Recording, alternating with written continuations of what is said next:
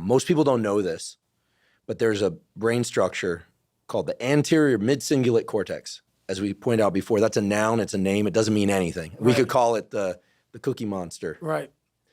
But what's interesting about this brain area is there are now a lot of data in humans, not some mouse study, showing that when people do something they don't want to do, like add 3 hours of exercise per day or per week, or when people who are trying to diet and lose weight resist eating something. Right.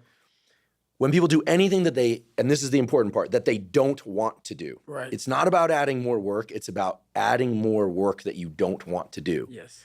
This brain area gets bigger. Yep. Now here's what's especially interesting about this brain area to me. And by the way, I'm only learning this recently because it's new data, but there's a lot of it. The anterior midcingulate cortex is smaller in obese people.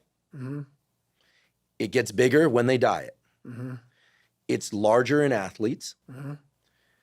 It's especially large or grows larger in people that see themselves as challenged and overcome some challenge. Right. And in people that live a very long time, this area keeps its size.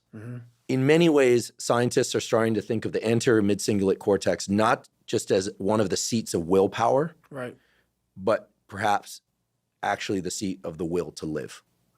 See, now we're talking.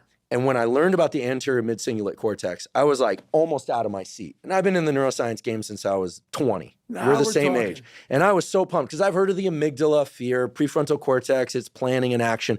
I could tell you every brain area and I teach neuroanatomy to medical students. But when I started seeing the data on the anterior midcingulate cortex, I was like, whoa, this is interesting. Yep.